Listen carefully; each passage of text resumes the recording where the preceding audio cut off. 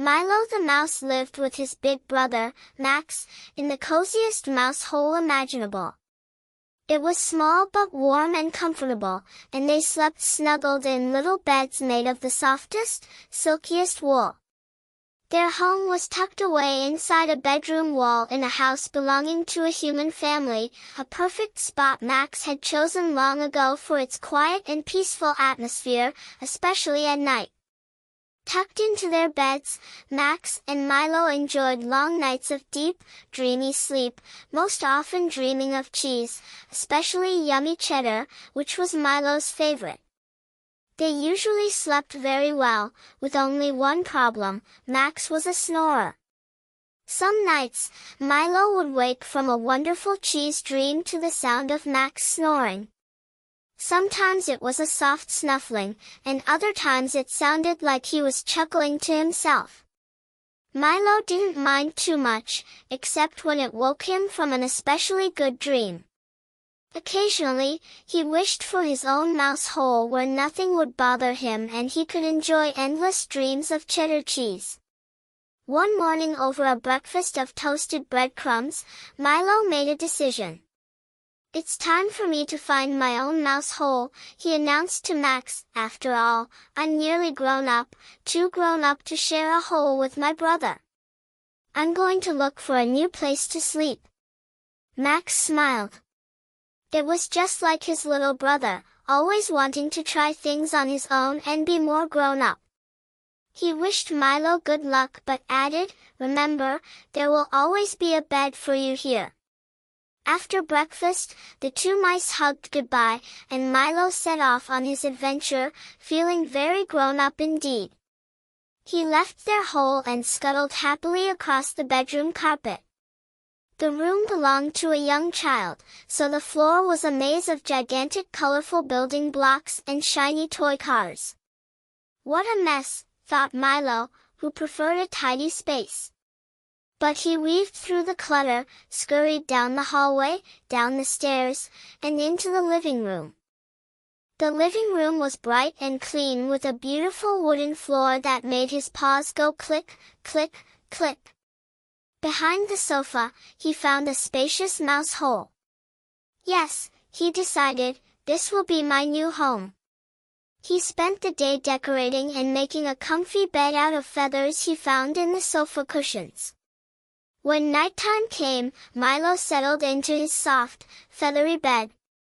It felt a little strange not having Max there to tuck him in, but he reminded himself he was a big mouse now. He closed his eyes, looking forward to a good night's sleep. But just as he was drifting off, he heard a strange sound, voices and music all mixed together. He crept out to investigate and saw the human family on the sofa, watching the big, flashing TV. "Oh no," Milo sighed. This was worse than Max's snoring. He couldn't sleep here.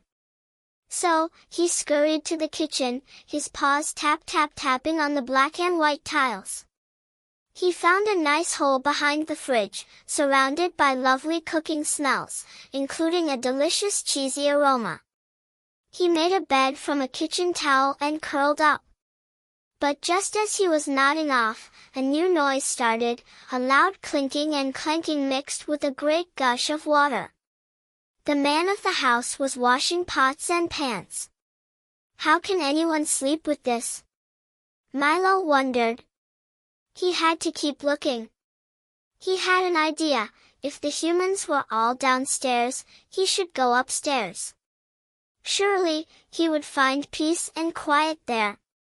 Sleepily, he climbed the stairs and found his way to the dark, cozy bathroom.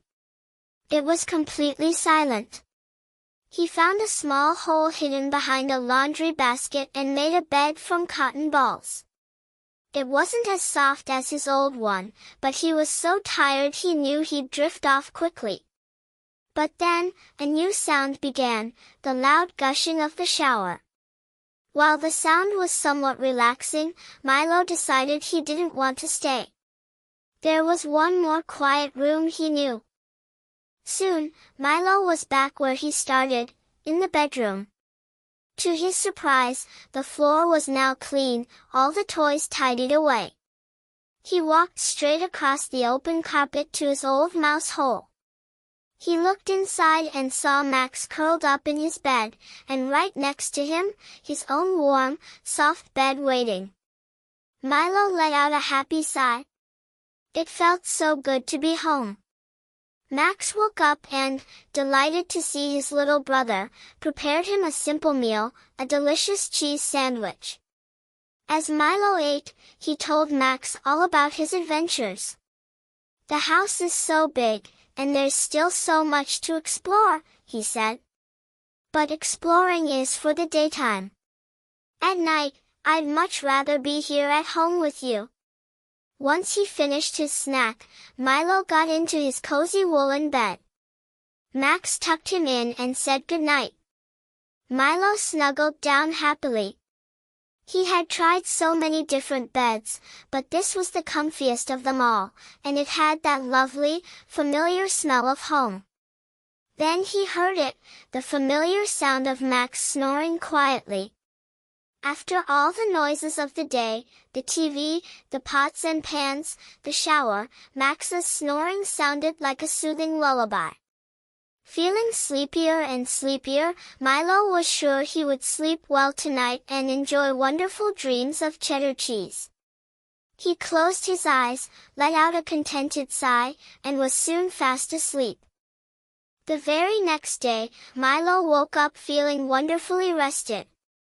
The sun was streaming into the mouse hole, and he could hear the gentle chirping of birds outside the wall. Max was already up, organizing their little pantry. "Good morning, sleepyhead," Max said cheerfully. "Did you dream of a mountain of cheddar?" "Even better," Milo squeaked, stretching his paws. "I dreamed of a cheddar river." He felt happy and safe, glad to be back in his own bed. After a breakfast of seeds and a tiny crumb of biscuit, Milo felt a familiar stir of adventure. The house was still so big, and he had only seen a few rooms. He remembered what he had told Max, exploring was for the daytime. "Max," he said, "I'm going to do some exploring today. Just to look around." Max nodded, his eyes twinkling. "A fine idea. But be careful, and remember. Be back before the humans get too active." "I know," Milo finished with a smile. And so, Milo set off again. This time, he wasn't looking for a new home, he was just curious. He scurried across the clean bedroom carpet and ventured further down the hallway than he had before. He discovered a room filled with books and a big, shiny desk. He found a sunny spot by a window where a cat was sleeping peacefully in a warm patch of light. Milo made sure to tiptoe very quietly past that room. His biggest discovery was a small hole in the skirting board near the back door. It led outside to a vast, incredible world of green grass and towering plants. The smells were overwhelming, damp earth, sweet flowers, and something else, something dangerous and wild. A large shadow of a bird passed overhead, and Milo quickly ducked back inside, his heart pounding. The outdoors was exciting, but it was definitely a place for brave mice with good hiding spots. When he returned home, just as the house was starting to get noisy with human activity, he had so many stories to tell Max. They spent the afternoon chatting, and Milo felt a warm contentment.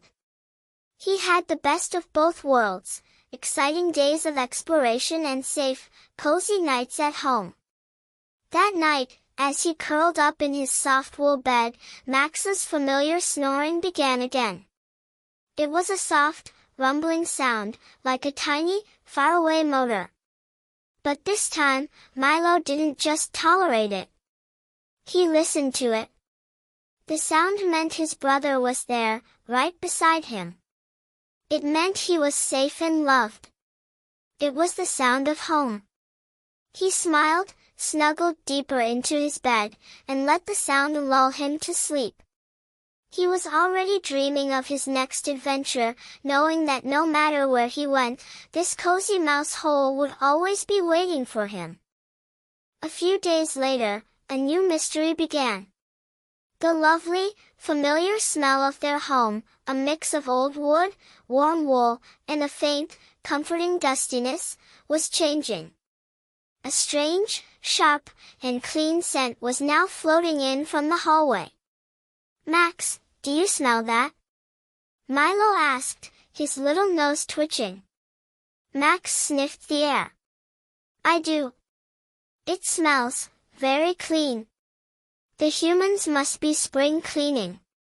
This spring cleaning turned out to be a whirlwind of activity.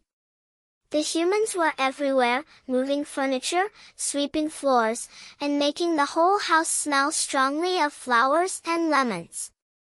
For two mice trying to have a quiet nap, it was quite disruptive. Then, on the third day, the biggest disaster struck. Milo was just waking from a lovely nap when he heard a loud humming sound right outside their mouse hole. Suddenly, a giant, noisy tube appeared at their entrance. A powerful wind started to pull at everything inside. Milo's favorite fluff ball toy was sucked right out. He watched in horror as it vanished into the tube. "Oh no!" Milo cried. "The vacuum cleaner!" Max acted quickly, pulling Milo away from the entrance and deeper into their home. "Stay back, Milo. It will be over soon." When the noise finally stopped and the tube retreated, their home was safe, but it felt different. The air was thick with dust, and their cozy home felt unsettled. That evening, as they tried to relax, Milo noticed something else. "Max," he whispered, "it's so quiet." It was true. The familiar, rumbling sound was missing. Max's snoring had stopped. Milo turned to look at his brother. Max was lying very still, and he had a sad look in his eyes. "Max, what's wrong?" Milo asked, worried. Max sighed a heavy sigh. "It's the cleaning, Milo. All that dust, it's gotten into my nose. I can't seem to snore anymore." Milo was shocked. He had never imagined a world without his brother's snoring. At first, he thought he would be happy. Now he could sleep without being woken up. But as the silent night wore on, he felt strange. The quiet was too deep. It felt empty. He missed the sound that told him his big, strong brother was sleeping soundly right beside him. The silence felt lonely. "I'm going to fix this," Milo declared the next morning. While Max rested, Milo went on a new kind of adventure, a mission to find a cure for the silence. He remembered the smells from his explorations. He scurried to the kitchen and found a tiny piece of black pepper. He pushed it all the way back home. "Here, Max. Sniff this. It might clear your nose." Max gave a cautious sniff. "Yeah. Asicho." He sneezed so powerfully it blew the pepper dust right back out. But afterwards, he sighed. Still no snore. Next, Milo tried bringing a bit of fluffy dandelion seed from a crack in the window. Maybe a tickle would help. Max sniffed it, his whiskers twitching, but he just let out a quiet, polite sigh. "It's no use, Milo." Milo refused to give up. He thought and thought. What was the opposite of the clean, lemony smell? Then he remembered. The garden. The wild, earthy, natural smells. He bravely scurried back to the hole by the back door. He gathered a tiny potful of rich, dark soil, a dried pine needle, and a crumbly old leaf. It smelled of the forest and the earth. This was the complete opposite of the clean smell. He brought it all back and presented it to Max. "Try this." Max, touched by his little brother's effort, leaned down and took a deep, long sniff of the earthy mixture. His nose wiggled. He took another breath. Then, he lay back down, and a look of deep, natural comfort washed over his face. That night, as they settled into bed, Milo listened anxiously. The hole was still quiet. His heart sank. But then, just as he was drifting off, he heard it. It started softly, a low rumble. Then it grew into a familiar, gentle snuffling sound. Snun-nuffle, puff. Milo's face broke into a wide smile in the darkness. The sound was back. It was like a song that filled their home with comfort.